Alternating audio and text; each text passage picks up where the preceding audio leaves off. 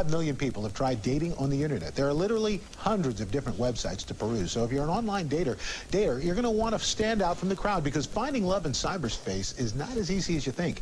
Here's what it's like for 46-year-old Susan Salvo. I have lots of hobbies and interests. I figure skate once competitively. I work out at a gym. I do yoga. I also do ballroom dancing. I've windsurfed. I've parasailed. If there's a sport out there, I've probably tried it. I love animals. Do you like your parsley? However, I must say I'm partial to my 4-year-old French lop rabbit, Riley. I decided to start online dating because I felt that was a good way to meet new people. I'm also self-employed and work from home, so it's often difficult to meet people because I'm not working in an office. I wrote a profile, a very brief profile, and had a picture posted online, and decided to see what happened. I'm very athletic, and I'm looking for someone who enjoys being active. I'd love to meet someone who has a sense of independence. Please be interested in good food, theater, classical music, jazz, and having fun. Must have college education and prefer someone with an advanced degree.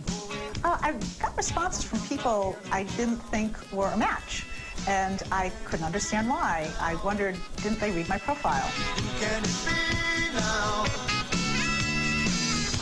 Well, Susan turned to online dating coach Evan Marc Katz for help. He's given her dating profile a makeover. So both Evan and Susan Salvo are here to show us and talk about the results. Good to see both of you.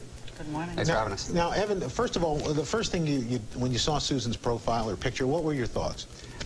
Susan's fabulous, but her profile was distinctly average, and there's a big bell curve of people who are average.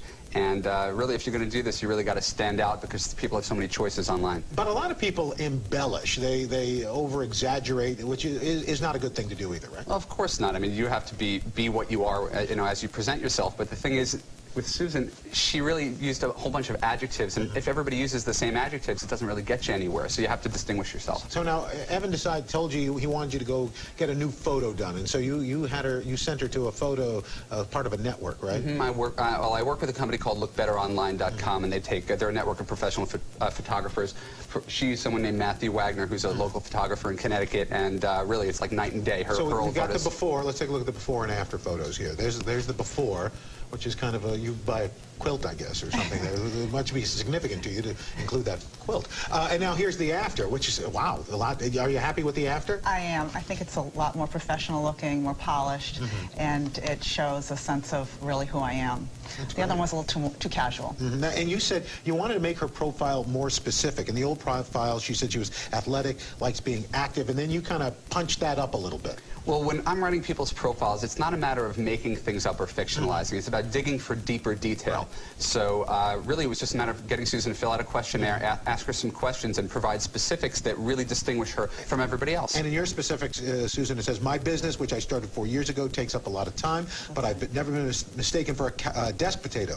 I've windsurfed in the Bahamas, hiked the Appalachian Trail, and driven 2 hours just to order Dell's Lemonade in Newport. But I'm not all fun and games. Sick friends get house calls, and the homeless get their meals here served. So it basically really is specific to you. It is. That's what I like about it. The first profile, it was very brief and very generic. It could have been anyone's profile. So with Evan's help, I really was able to come up with a profile that's more personal. And in fact, in following up on that, you say anyone could say these things. Don't say that. Yeah, well, what value is there if you and I and my mom all say the same things about ourselves? We're nice and smart and funny, and we like hiking, biking, music, and travel. Right. It's really about digging deeper, so that when you write a profile, you're the only person in the world who could claim that. Right. In fact, in yours now it says, you tango, you ski, you plank marigolds with me if I whip you up a recipe from Gourmet.